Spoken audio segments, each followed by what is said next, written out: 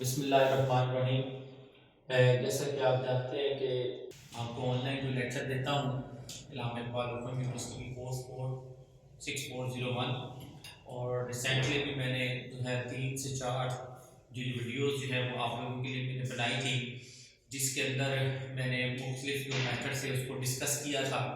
तो जिसमें से मैंने कहा था जो हमारे पास क्वाड्रेटिक इक्वेशन होती है, उस क्वाड्रेटिक जो इक्वेशन की 3 टाइप्स होती थी, जिसमें से मैंने एक टाइप आपको क्वाड्रेटिक फार्मूला कैसे प्रूव होता है और उसके क्वेश्चन कैसे करने हैं ये भी मैंने आपको बता दिया था। उसके बाद कंप्लीटिंग इट स्क्वायर वो भी मैंने आपको करवा दिया था। और आज इसकी थर्ड टाइप है जिसको हम कहते हैं फैक्टराइजेशन मेथड। जो हमारे पास फैक्टराइजेशन मेथड है ये पेपर पॉइंट ऑफ व्यू से क्या है इम्पोर्टेंट है, तो इसकी समझ आपको उस वक्त आएगी जब आप जो है इस क्वेश्चन जो मैं सॉल्व करूंगा इसको आप थॉरोली जो क्या क्या है वो इस चीज को आप जो है कंप्लीट आप वीडियो को देखेंगे। जब आप कंप्लीट वीडियो को देखेंगे तो जो जो स्टेप्स हो रहे होंगे उनको आपने माइंड में उसको स्केच बनाते जाना है। तो जब आप कोई भी चीज जो है वो आप फोकस के साथ अगर आप उसको समझेंगे ना तो आपके लिए कोई मुश्किल काम नहीं होगा। तो ये जो हमारे पास फैक्टराइजेशन मेथड है ये पेपर पॉइंट ऑफ व्यू से आपके लिए इंपॉर्टेंट है। ये लास्ट जो पेपर्स हुए हैं उसके अंदर भी ये जो क्वेश्चन जो हैं आप लोगों के फैक्टराइजेशन मेथड के आए हुए, कंप्लीटिंग स्क्वायर के भी आए हुए हैं और आपके पास क्वाड्रेटिक फार्मूले के भी आए हुए हैं।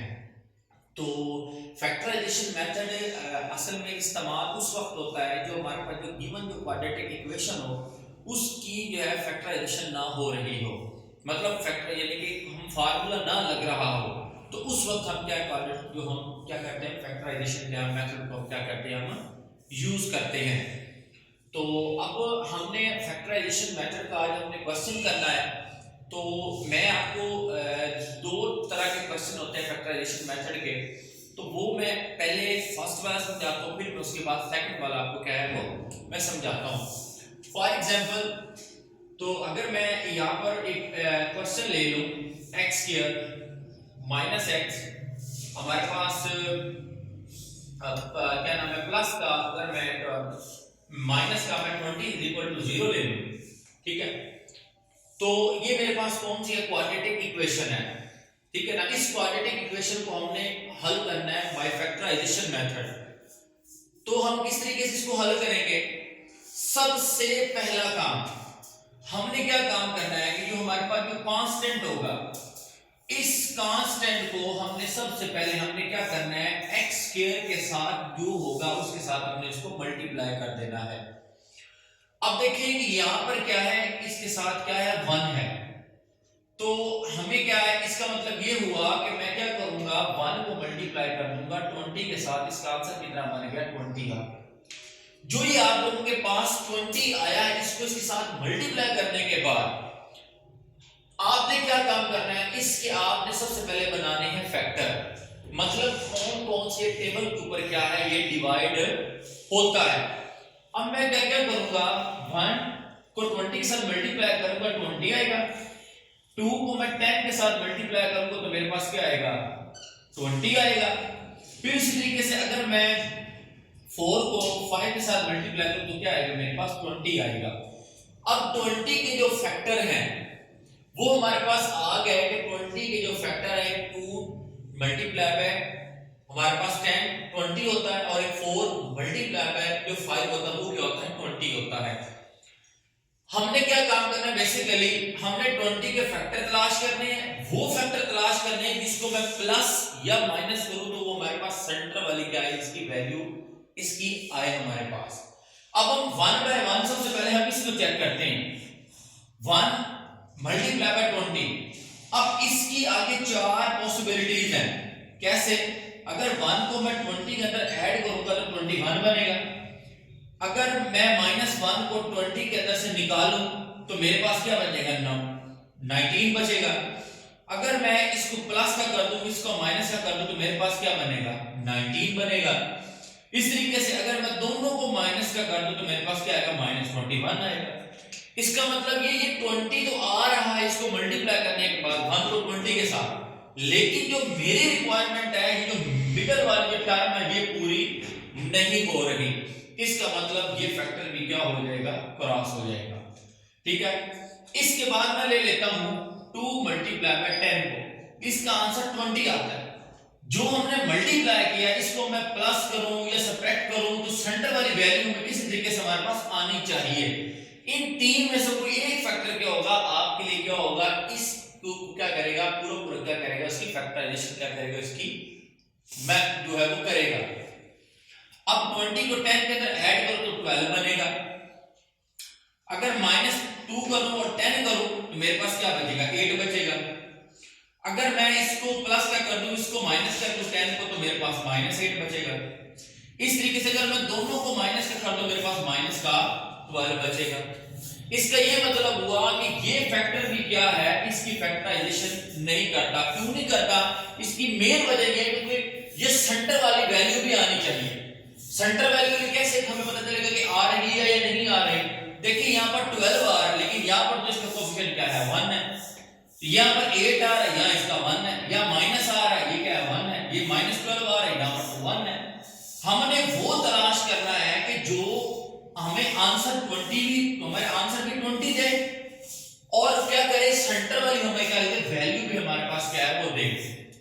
तो मैं अब क्या करूंगा, इसका मतलब हो गया ये फैक्टर भी मेरे पास क्या हो गया, क्रॉस हो गया, मैं नहीं दे सकता। अब इसकी बारी, 4 मल्टीप्लाई बाय 10 हमारे पास 5, 4 मल्टीप्लाई बाय 5 क्या आ जाएगा, हमारे पास 20 आएगा।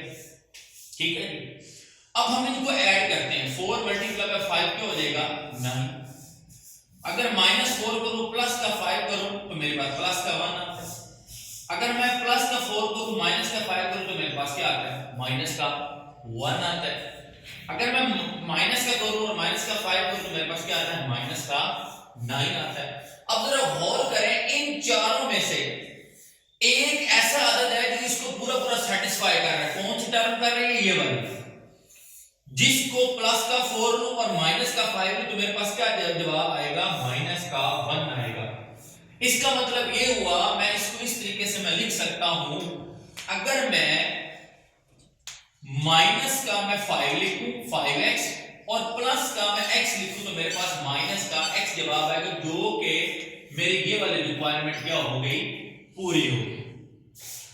अब मैं क्या करूंगा, अब मैं ये करूंगा, अगर इन दोनों को मैं मल्टीप्लाई करूं, सॉरी यहां पर ना 4 आना, अगर इन दोनों को मैं क्या करूं, मल्टीप्लाई करूं, यानी कि -5 मल्टीप्लाई बाय 4 तो आंसर कितना आएगा, माइनस का 20। इसका मतलब ये रिक्वायरमेंट भी मेरी का -20 वाली भी क्या हो गई, पूरी हो गई।